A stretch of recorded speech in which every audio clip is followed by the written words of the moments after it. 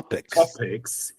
Yeah, so let's just take a little trip down memory lane with regards to classic zombie stuff. Because for the first time, I played the Resident Evil remake. I think it's from 2002, and then it was remastered some 10 years ago or something. Yeah, 2002, like over 20 years ago. Actually, that's one of my favorite Resident Evil games. Yeah, we did discuss a bit of it yesterday. Damn.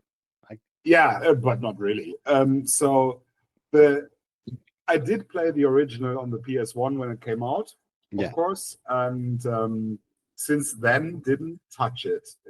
And I didn't even know about the remake until I saw it on sale on Steam. And it was there for like $5 or $6, and I was like, "Come on, it's gotta be worth it." It is. And I was really impressed by how they went about remaking the game, because it keeps a lot of the old janky gameplay mechanics, but the tank controls. Yeah, but you can switch to alternate controls, and those are you don't have to turn the character left or right, because it just runs into the direction you push your. It's more analog. Yeah, it's more analog, and I played on that style, and it was way more comfortable. Because even when the camera angles switch, you keep running in the direction that you started running in. Even if the camera angle would mean you would run back rather than forward if you push into the direction now on this new screen. You know what I mean? Yeah. And so the movement is rather fluid, even though you constantly switch through these different camera angles. And I like that. Yeah, it's definitely a great game. I mean, it's still scary as fuck. Oh yeah. I was surprised. Heads, yeah, can run at me raw. And then it was like I was taking looks at Let's Plays from the original on PS1, and obviously enjoying a direct comparison after playing the remake, and lots of the pre-rendered backgrounds in the original are just very sterile because of obviously the limitations of the hardware back then. Yes. There wasn't much detail to them, and the remake, is really, it's super moldy. I recently saw a great video on YouTube. It was like 20 minutes or so, and it was talking about moldy world building and how having your world be moldy always makes it more interesting. With examples from Last of Us to Elden Ring to Horizon Zero Dawn and stuff like that. It's always a world in decay, ruins everywhere, the implication of many previous empires having risen and fallen. It automatically fills your world with a history that is implied. If stuff is really moldy, rotting, and exactly, decaying and whatnot. And I really loved how the remake upgraded the originally rather sterile backgrounds to this whole new level of decay and moldiness, and really adds to the atmosphere of the game. Yeah, in a big way. And I appreciate that they left the soundtrack intact. Added a few different cues, but part of the reason why I love the original Resident Evil so much is because of that soundtrack. Yeah, it's pretty good. Fits the overall, gameplay and the narrative structure. Yeah, it's like a masterpiece all around. Yeah, even its campiness, from the original. Yeah, and that was funny as well, because obviously the dialogue has been re-recorded by different people and slightly rewritten, but only slightly, right? So it's not as extremely campy as in the original, but it's still super campy. Yeah, they got rid of the master of unlocking. The master of unlocking, but they kept the Jill sandwich. Yeah, the Jill sandwich. They kept it. and I think where Barry says, "Don't open that door." Yeah. Oh, it's so funny, the dialogue. This isn't Chris's blood. Yeah, let's split up again. Yeah, it's like the famous, the most famous thing to do is splitting up all the time. Yeah, that gives that more, I guess, the fear and dread atmosphere that you're all Yes. alone, and there's like zombies waiting for you, as well as later on in the game the hunters and a few other creatures. Yeah, I mean, to me, I am extremely biased. I know what Garth, he always clamors about The Last of Us, but Resident Evil, the overall world building, the lore, it destroys The Last of Us. It's just that unfortunately, those fuckheads at Sony can't make a decent Resident Evil movie. Oh yes, that's true, and I want to get to that after we're done talking about the game. Yeah, we'll talk about the And season finale yeah, and yeah, whatever.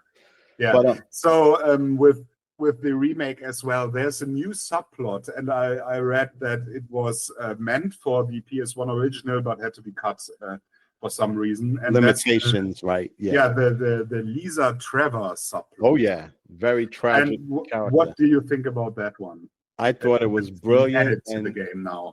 it shows how evil and diabolical. Yeah, me saying diabolical is, that's kind of outdated. Diabolical, but evil. Oh, that was cool. That's Carl Urban from The Boys. Oh, Fucking diabolical, man. well, I can't wait for the final season to come Yeah, back, me I too. guess, next year, but I digress. Yeah. But yeah, it shows how evil Umbrella and Albert Wesker is. They inject a girl, probably 9 years old, with this virus, and she's mutated. That is so fucking evil. And it's also what I love about Resident Evil. What else I love about Resident Evil? It is underneath all the horror trappings. It's a critical outlook on a critical take on corporations. Yes. How scrupulous these big pharma or science corporations are. That's Oh yeah, absolutely. And that's expanded on in the remake. I like that. And it's this part where it's just a small deviation, right? It's once you leave the mansion and get to the outer skirts of the grounds. yeah. You get this extra trip to the cemetery, and behind the cemetery is a small forest, and behind the forest is a little hut where Lisa has made her home. Yeah. And you can enter the hut to get some quest items, and then she appears. But I don't think you can even kill her. You can just leave her in the cabin and get back to the rest of the game. No, you can't. Then, can you kill her? No. Yes, and yes, if you've beaten the game, there is a part where you can. Oh, later on. Yeah, you could fool her or trick her, and then she falls into this big chasm, saying, "Mother." Yeah, that's I don't know if it can play out in other ways, but for me that was a scene where Barry was there as well. Yes. Yeah, Barry Bird. Yeah, also Resident Evil, of course, had alternate endings depending on who you save or what choices you follow. It was, to me, the first role-playing game, I believe. Even though it's not. Did you play role-playing games on the Super Nintendo? No, I went straight for the action game. Yeah, but it had those prompts, those options in Resident Evil saying, do you go with Barry or should you save Rebecca, blah blah blah blah, which altered the overall experience. Well, the funny thing is, in my playthrough, Rebecca Chambers didn't appear once. She didn't? Huh? No, she just didn't appear. I mean, she's she's your Barry when you play as Chris. Yeah, I know. And Chris. Yeah. But I played as Jill, and in the end, I was able to save Chris and Barry, in the helicopter, in the final sequence. But Rebecca didn't ever appear in the game. No, Rebecca didn't make it. Yeah, she didn't make it, which is tragic because then, after I finished the game, and just one or two more thoughts on the game before I go on. It's like I really enjoyed it, but I also got frustrated a bunch of times with because the quest design is more complex than in the original. They complicated some puzzles, Yes. That were pretty straightforward in the original, and that require more backtracking now, and just slightly more complex. You're right. And there's moments where you're just like, what am I supposed to do to proceed now, to progress? And sometimes it's just like you gotta, like, for example, there's a jewelry box, you gotta examine it in the inventory and then click buttons on it in a certain order. And because this is the only time in the game where you have to solve a puzzle in the inventory screen, I just didn't realize that's something the game expects you to do. Because before that, it's just like you have to examine objects, and then maybe a book opens to reveal a medallion inside or something like that. But it's always just examine it and then you're done. And this is the only time when you're meant to do something within the examination. And that threw me off, and I had to look in the walkthrough to figure this out. Yeah, that and collecting all the death mask.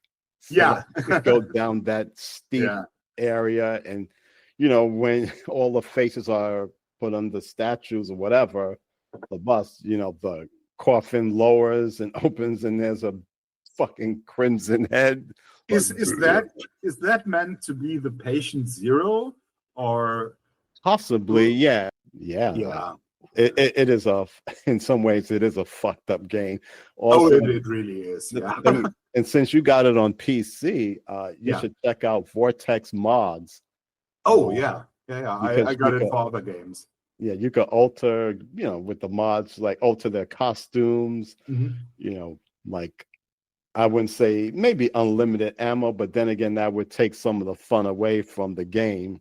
Yeah, but I gotta be honest, right? Like when I'm playing open world action games like Horizon Zero Dawn, I tend to play on hard mode or very hard because I want the full gameplay experience. I wanna be forced to make full use of my toolkit in order to defeat the big machine. So you're a masochist. And that's thanks to FromSoft games, right? Because Bloodborne and Dark Souls 3 and Elden Ring taught me to enjoy harder stuff. What's really sad, my biggest confession in terms of gaming, I could never finish Bloodborne. Oh, okay. Didn't you like it? Or I love it. That's the problem. I love it, but I keep getting my ass kicked. Oh, and there's a part you probably will remember. It's like, okay, after and by luck, because I still have it on video, that I fooled the boss with a Gatling gun. Oh yeah. I crawled up the ladder, and he was like after me, and then he fell off the fucking building. That's such a great moment. Yeah, I love that. But afterwards, I'm being attacked by all these giant werewolves, and the final werewolf boss, I can't beat him. I'm like, fuck this game. You mean Vicar Amelia, the priestess who turns into a werewolf, or what do you mean? Yeah, I know I'm in some type of church. Or yeah, exactly. Vicar Amelia is in a church. Yeah, giant ass werewolf kicking my ass. I'm like, dude, I'm surprised that I managed to beat Father Callistro, whatever the fuck. Oh yeah, Gascoigne. Yeah, Gascoigne. Yeah. Oh, I think Gascoigne is actually harder than Vicar Amelia. Oh really? Yeah, I must be doing something. He's quicker. Wrong. He's way quicker. Yeah. And he's more agile and more erratic in his movement, I guess. So I mean, he's the first real test. If you can make it past him, I think most of the bosses are fine until endgame, of course. But I mean, I get it. It was like that for me as well. When I first played it, I hated the game and just stopped playing it and didn't return for like 2 years or so. But when I did, I was more determined. And once it was my first FromSoft game as well. And once I managed this kind of, it's like a dance with the bosses and the enemies, right? You got to figure out their rhythms and dance accordingly. And once I got more into that logic of the games, it became hugely fun. And I think I finished Bloodborne like 3 times. Yeah. And I finished Elden Ring, but only with a humble brag. I finished Elden Ring only with help from the internet, because you can make such powerful builds, but you would never find them if you didn't know where to look. I love the weapons and Elden Ring as well. And the thing I love about Bloodborne, it's It's gothic atmosphere. This is like playing in a movie. It's visceral, it's raw, it's edgy. It's a spiritual successor to Nightmare Creatures, which I was one of the first to mention that, then everyone else got wind of it. Anyone that sadly, Nightmare Creatures is nigh unplayable these days. The control scheme is so fucked up. It's so imprecise, and that's it's pity because the game is pretty cool, but it's really janky to play. Yeah, it is janky. I mean, it had a great soundtrack, and of course, it's a love letter to the Hammer films, including Captain Kronos, as well as a few other movies. Yeah, there was one that was called Night Creatures. So, unfortunately, they never worked on a remake or the second sequel, which was supposed to be Nightmare Creatures 3. The second one, Nightmare Creatures 2, was an abomination.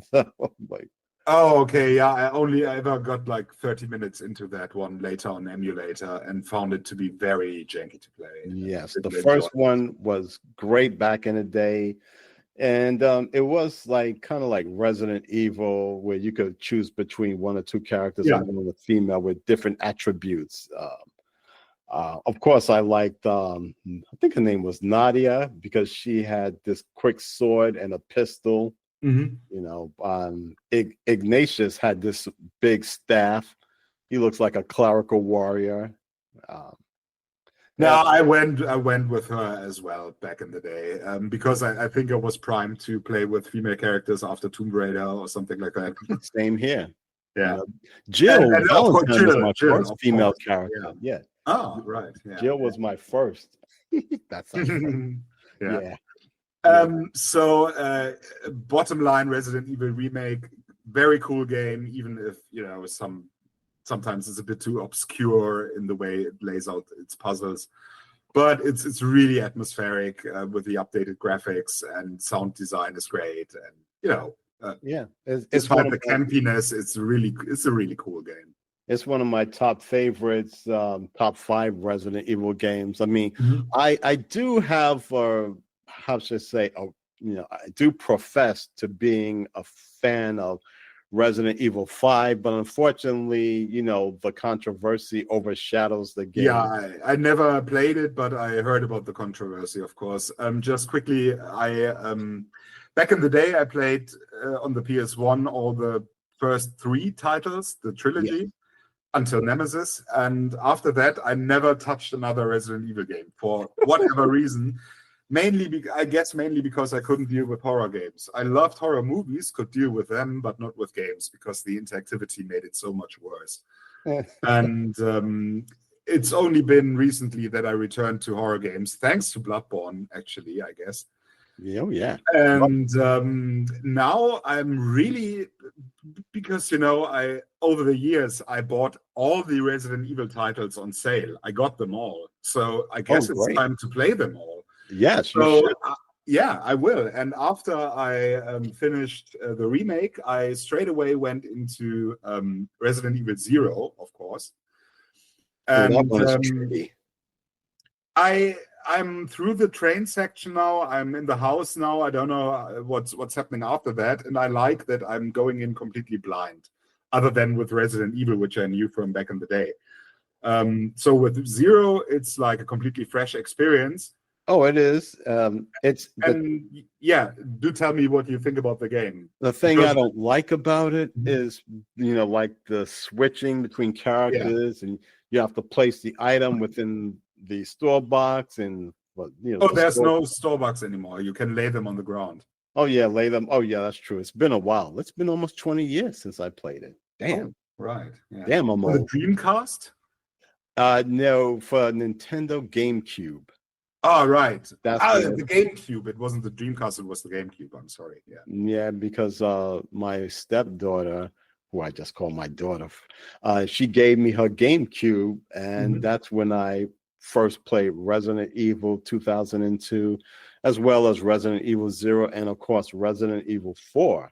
And I think Metal Gear Solid Snake Eater. also debuted on the Mhm. console. Yeah, so it was quite an experience. Resident Evil Zero, it's kind of like the redhead stepchild of the games of the series.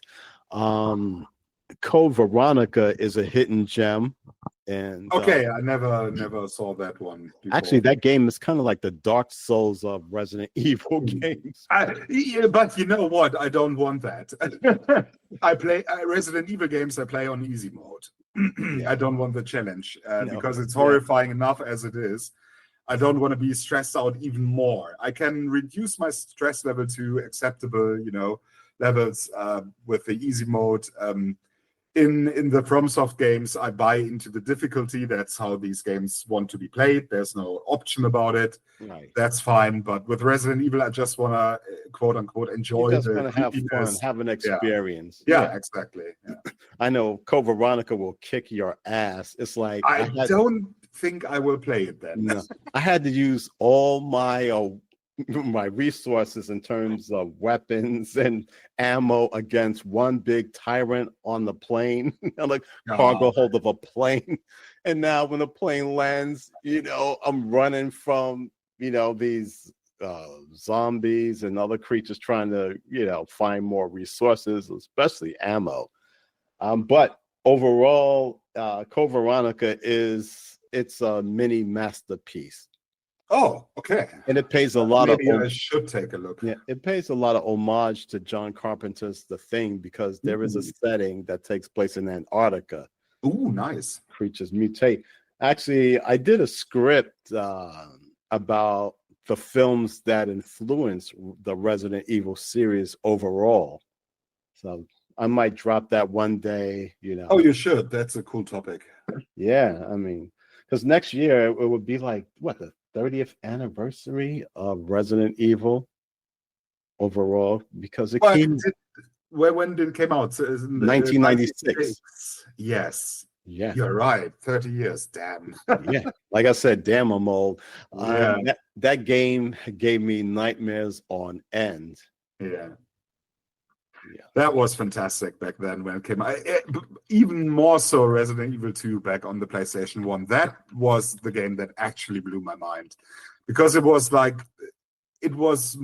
just this little bit more refined than the first part. oh In yeah, many ways. The graphics were better, like the puzzle design was more accessible, and the police station was just such a great scenario. And yeah, yeah. that was fantastic. And so, of course, after I'm done with Resident Evil Zero, which is a pretty short game, I think, should be done. I've played for 1.5 hours now, and it should be done after 4, so I think, or 5. You sure about that? No, I'm not. I just saw the Let's Plays on YouTube and their length, Okay. And they're all pretty short. For the remake, the Resident Evil 2002, it took me approximately 10 hours. Yeah. Well, 8 hours for me, but who's counting? Yeah. I did a lot of backtracking and trying this or that. Yeah. So after I'm done with Zero, I'm gonna go for the remakes of 2 and 3. Yes. And then I was thinking about whether I should play the original 4 or go straight for the remake of 4 because I got them both. So what do you think? Well, if you want to do comparisons, I would say yes. But if you want a great experience, I would say go for the remake because, in all honesty, as much as I love the OG Resident Evil 4, I mean, the controls are wanky, janky, out of date, kind of like Nightmare Creatures. Is it still? Oh, okay, but it's not 10 controls anymore, but still janky, or Kind of janky because it's like the left analog button controls the movement as well as the camera. Oh, weird. Because usually it's the right button, thumbstick that controls the camera. Yeah. So there is no option for the OG RE4 to move the camera around. It's less intuitive. Let's just say that. Okay, so I'm allergic to bad control schemes, so I guess I'm gonna go for the remake. Yeah, but Um, I would recommend playing the first Resident Evil 4 for like at least 10 or 20 minutes for you to get the feel of what all they were right. trying Yeah. to accomplish with Mhm. its successor, Five, i.e. you the mean? remake. Oh, the remake. Okay, yeah. Yeah. That sounds like a plan. Yes. And after that, of course, I will go for 5 and 6 as well. I hear 5 is fun and 6 is not that well regarded. Six, to me, six is like a cheap all-out Michael Bay movie. Oh, Capcom fully went Michael Bay on this shit. okay. I mean, it's like Paul, what script Wankerstein Yeah, Anderson had yeah. inputs, make it explosions, and do this and gunfire. And then, Michael Bay throwing his scenario with Leon running from exploding cars and the music. It's so laughable. It's beyond cheesy. I mean, there's a scene that is a ripoff from Die Hard with Leon Oh, hanging off a skyscraper and helicopters crashing and him, the first few, I guess, 1 or 2 hours of the gameplay of Resident Evil 6 with Leon's campaign is decent, but it's still beyond silly. And I don't want to give anything away, but there was a part where a supporting character who was the cause of all of this is, well, like I said, you'll figure it out. I just had to laugh. It was bad writing. The only good thing about RE6 is that you could play as 4 different scenarios, each having their own story and gameplay.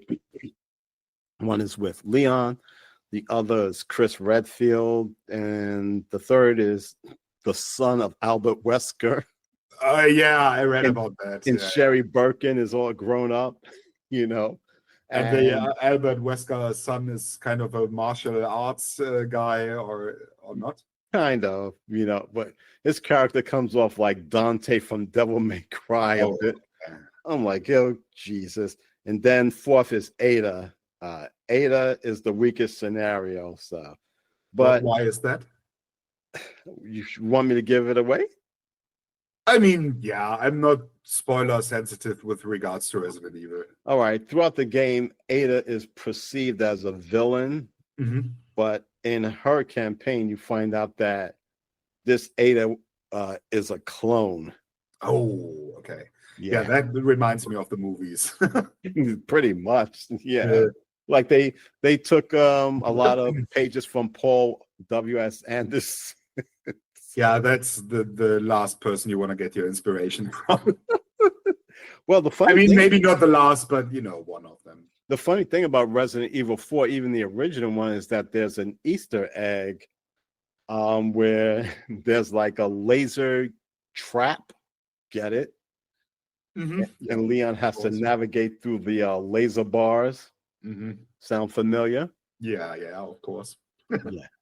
Yeah, I mean, when the first movie came out, that scene was, of course, talked about a lot. But in hindsight, it's nothing super interesting. No. It doesn't hold up. It wasn't great back then, and in hindsight, it's even worse. So, and then give me your quick takes on the final 2 Resident Evil games, 7 and 8. Okay, 7 is Biohazard 7. Yeah. I beat the game 5 years ago during the COVID, pandemic, and because that's when I finally got a chance. No distractions, no work, no schlepping to work. I managed to beat the game. At first, I didn't care for it, like the first person, perspective. I'm like, what is this? Resident Doom? But after a while, I mean, it's a great fucking story. It's a great. I thought at first it deviated far from the source material. That what is this, like a new revisionist versions of the franchise?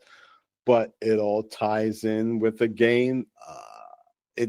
I'm not going to give away any spoilers on this one, but there is some fucked up moments like later on, and it's not things are not what they seem to be. But I'll leave it at that. I didn't care for the redesign of Chris Redfield. You know, But does he look very different now, or does he behave very different now? Or it's a whole different game altogether. You know, like I said, at first you'll think it's extremely deviated from, you know, the franchise or the lore. Like, oh, is this a new, I guess, idea, new presentation of Resident Evil without, you know, the Umbrella backstory or well, stars? I remember when it came out and I saw a trailer. I mean, I almost forgot everything about it, but it looked more like some kind of, I don't know, wrong turn, Texas Yeah, Chainsaw yep, Massacre kind yep. of. You got it. You Yeah. got that and Evil Dead. Oh, But okay. yeah, you know, if you're a horror fan just as much as I am, so Mhm. I highly recommend it. There are some parts that scared the shit out of me, but you know, it's, to me, it's a worthy addition. Well, I sounding good. Since I have it anyway, might as well play it. But I will do it in chronological order, so it might take a while to get to the yeah, late ones. eventually you'll But get yeah. there, and But you these will. games are not super long anyway, in any No, case. no. So It is a great experience. Even I played through the DLC content as well. Great with the experience. 7, you mean? Yeah, for 7. Yeah. Yeah.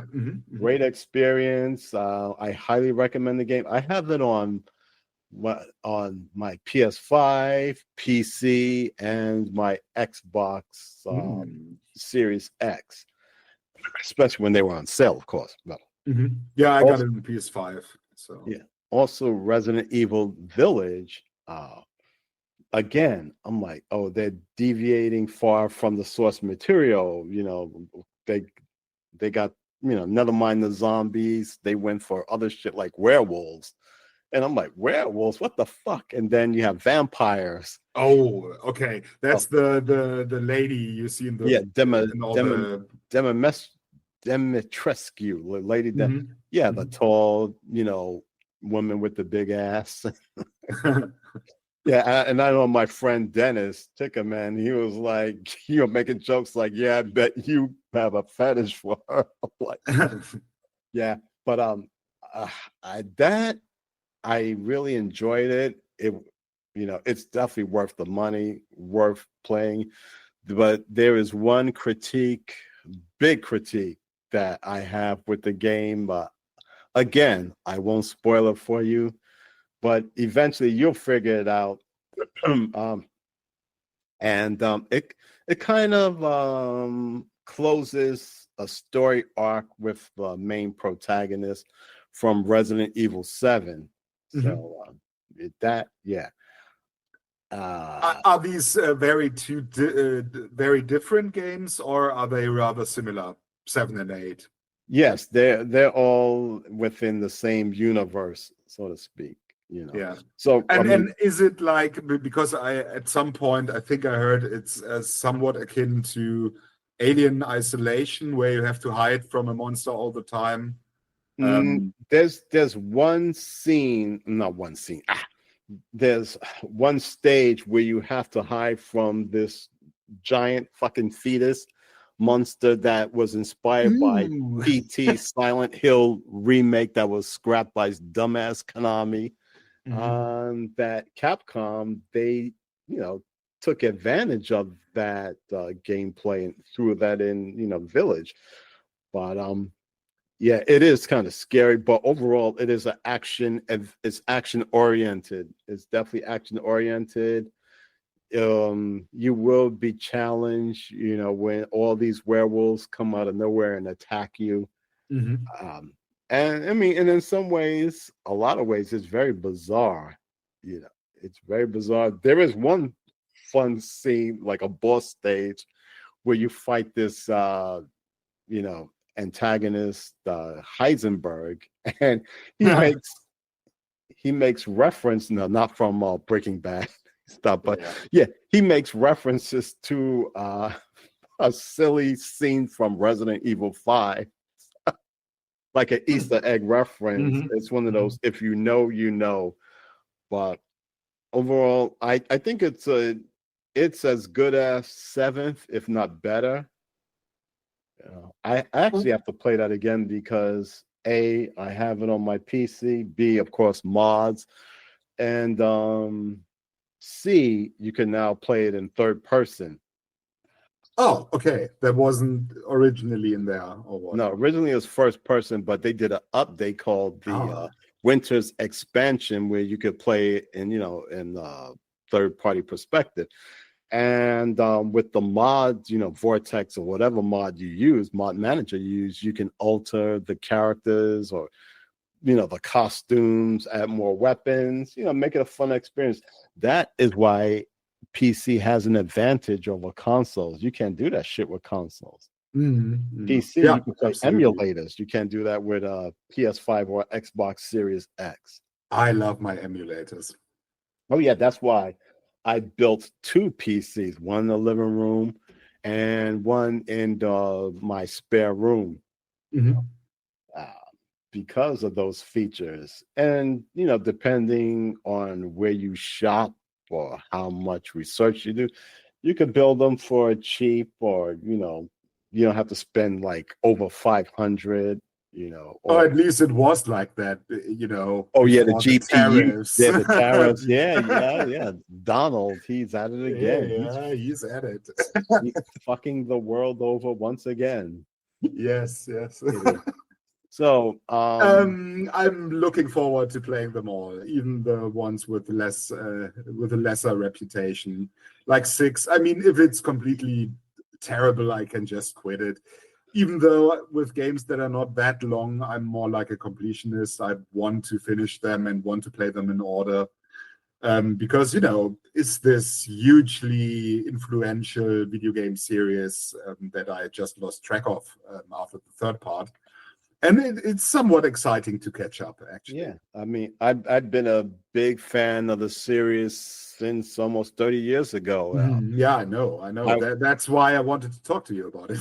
Yeah. And the game, because actually I did it like a retrospective on the site, on the Poptic Nerve site, like commemorating its 29 years and mentioning a few of its influences. Of course, George A. Romero is one of them, and Lucio Fulci is the other.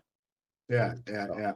So, after talking about the Resident Evil games, let's talk briefly about the following movie I watched straight after finishing the remake. Was you about to say a movie you watched? Yes, immediately after finishing the Resident Evil remake, and that is from 2001, Resident Evil: Welcome to Raccoon City. I did see this when it released 4 years ago, but I just forgot all about the movie. Like, I know it was more close to the games. I remember that much, and that all of the guys were in them, like Wesker and Jill and Chris and whatnot. But I didn't really remember how it played out. So after having the game fresh on my mind, I was like, okay, that's the perfect moment to give this one another shot. And before I talk about it, I want to get your impression on Welcome to Raccoon City. Well, at first I was like, oh, okay, this is like a nice fresh reboot. When I saw the trailers, I was kind of excited for it. I'm like, Sony's going to finally do Resident Evil right, because it takes elements from the first two games, of course. So going in, my biggest, and I made it known even in DH, my biggest critiques was Albert Wesker was like a fucking dude, bro. Yeah, and also way out of his depth, right? He was like he was being double crossed in the end. Yeah, he was kind in of the like movie's take, almost like a frat boy at that. And yeah, like not the mastermind he is in the games. No, definitely not. Not the David Bowie sounding, blonde hair, super ubermensch Aryan Albert Wesker. But Yeah, he says this fucking guy who I guess the actor from Umbrella Academy as Wesker. All right, big mistake right there. The guy that plays Leon, of course, people will say, well, nothing. Some people say, well, if you are against, color swapping, then you're a racist. And they did it with Jill too, right? Yeah, they did. Yeah. Yeah, Hannah Jones. I think it's Hannah Jones. Is that the one that's from Thunderbolts? Yes, exactly. Yeah, attractive woman, but Jill, no, not feeling that. The same goes for this unknown. I don't know. He looks Middle Eastern. Who that's the guy that plays Leon? Isn't he Latino? I don't know. I can't tell. Really. Well, I will look it up. Yeah, already they're asking for trouble. I think some character, and this is me, of course, I'm a person of color. I think some characters should stay as they are originally presented. You could color swap a few, but certain examples, it takes the mind off the project altogether. I just didn't feel it. I didn't, buy into it. I mean, and of course, I didn't like I said, I didn't like how Wesker was portrayed. Even though he was played by a white guy, it was. That's all we need. A white guy. Come on. Yeah, he was perfect. He was so white. It was beautiful. He was so white. He wasn't white enough. No. So I just looked it up. The guy who plays Leon, his father is British Indian, and his mother is of English, German, and Welsh descent. So I guess he's 1/4 Indian, and the rest Indian of him was is super white. Yeah. He's actually he's 3/4 white. So I mean, what do you want? Come on, guys. I'm like, dude, he looks more enough. He looks more like Dowsum than fucking Leon. Dowsum. Yoga fire. Oh my god, yoga fire. Yoga flame. Stop before someone says you're racist. Oh my god. So yeah, interesting thing about the two race swaps in the movie, right, with Jill and Leon. And when this came up, like the moment they entered the screen, basically, of course, and I was watching the movie, I was like, just shrugging and like, yeah, why not? I mean, what's so super important about Jill and Leon being white? I don't know. But what I was more annoyed with was the characterization of Leon as this completely clueless rookie. Oh yeah. Like there were moments like he's sitting at the front desk at the police station before everything is overrun, and he's listening to some music on his Walkman, and then a burning zombie enters the building, prompting Donald Logue, police chief Irons, to turn up and shut the door. And he's completely, surprised by the burning zombie because he's just this aloof idiot sitting there listening to music while, the zombies are running around outside the building. Like, why would you do that? Fucking hell. Like, why make yourself so vulnerable in a situation like this? I mean, he's supposed to be super, stressed out about it because he's so inexperienced. But then, just one scene later, he's just like sitting there chilling while the world is burning and almost being surprised by a burning zombie. It's like, come on. I mean, he wouldn't be able to survive this in any believable way. In the end, he does, and that's one of the huge problems with the movie as well. Predictability. Now, it's like the fight scenes. It did remind me of Game of Thrones season 8, the battle for Winterfell against the White Walkers. And it is something that happens in zombie movies all the time as well, and I hate that. It's like they show like 3 or 4 or 5 zombies swarming a character and maybe throwing him down to the ground and, whatever. Completely swarming them. Then you cut away to a different character or different scene, and then you return to that battle. But in the meantime, the character has freed himself or herself again. And you always wonder how the fuck did they get out of that situation? And it's always like with the plot armor, right? When the zombies, when somebody is supposed to die, they get bitten instantly. But Yeah. when somebody is supposed to survive, the zombies just do not go for the throat. They just don't do it. They just like pummel you or bump against you or stuff like that. But they could at all times just go for the throat and just kill you.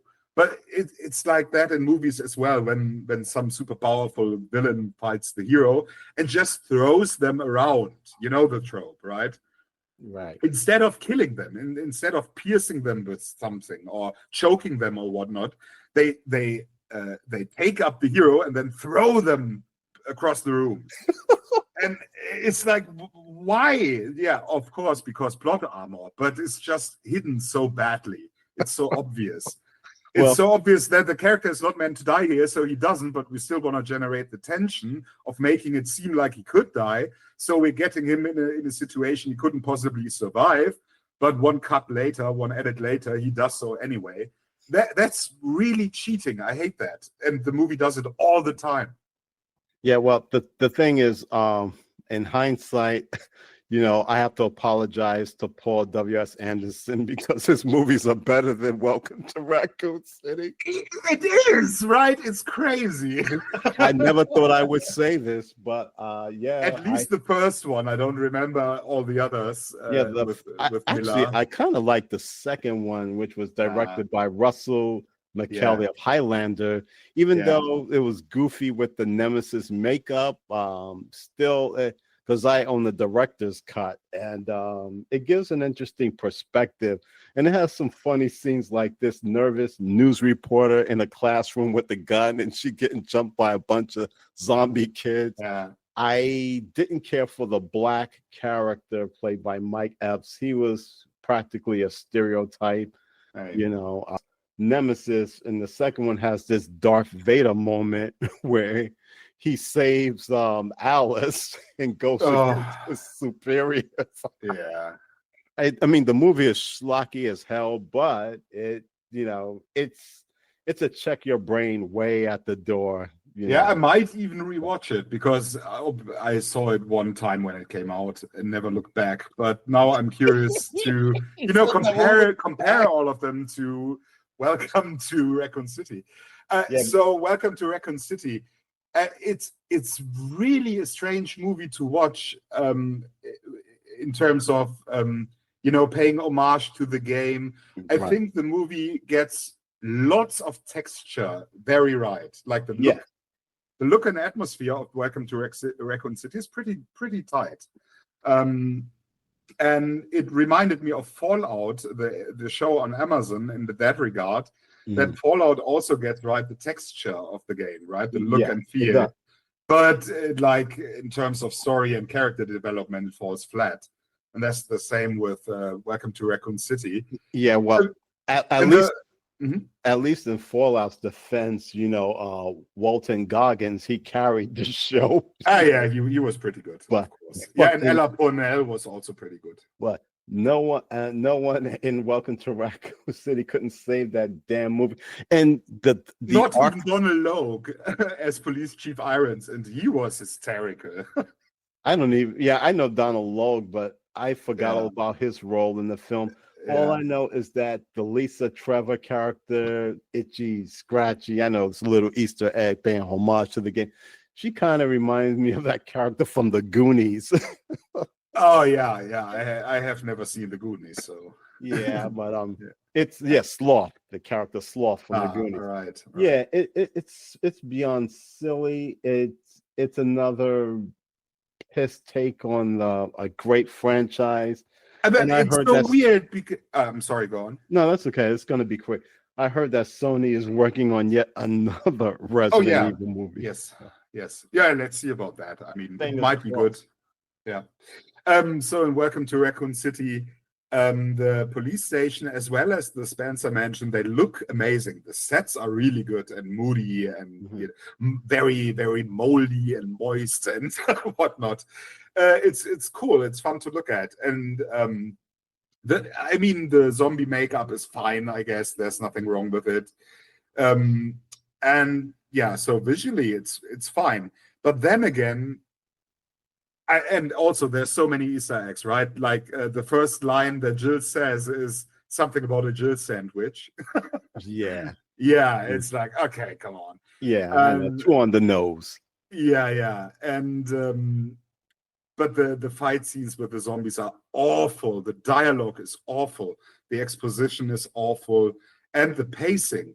So they wanted to remix the first and the second game, right? And the point of the story unfolding in the games like this is there's a scene of a murder scene somewhere out there that Stars is going to investigate. And then they get attacked by a zombie dog and have to flee inside the Spencer mansion where they're trapped for now. And then they look around and find the laboratory and, all the stuff that happens in the game. And after that, obviously the town itself is overrun in the second game. So that's just the natural escalation, right? But in the movie, we are already deeply into the city being overrun once they arrive at the mansion. And it's just like, it's just completely the wrong sequence of events.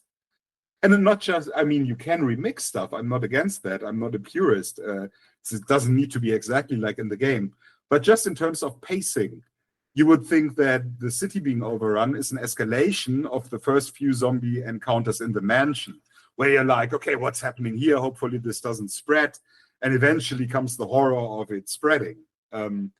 But in the movie, it's just the wrong way they set the sequence of events, I think. It's such a weird choice that at minute 50 or 55 or so, you encounter the first zombie in the mansion, whereas you have long seen the city being overrun. I thought that was very weird. Mm-hmm. What's your thought on that? Well, for the most part, I just forgot all about it. Yeah, fair enough. I mean, some things I remember, the silly parts, and then there was others that I'm like, whatever, this is a throwaway. Maybe just to be a masochist, I might have to rewatch the movie again. Yeah, so, it's hilarious. I mean, but you know what we should do? We should rewatch it together with some watch-along feature here. Yeah, one of those. Like a party movie. Party. And it's stuff like we don't have to be quiet to get the story. We can talk over it. That would be fun, actually. I would love that. Yeah, sure. This sounds like a plan, like Mystery Science Theater. Yeah. Let's go through Welcome to Raccoon City. That's gonna be fun. That sounds like a challenge. Let's look at that in the next 1 or 2 months, maybe.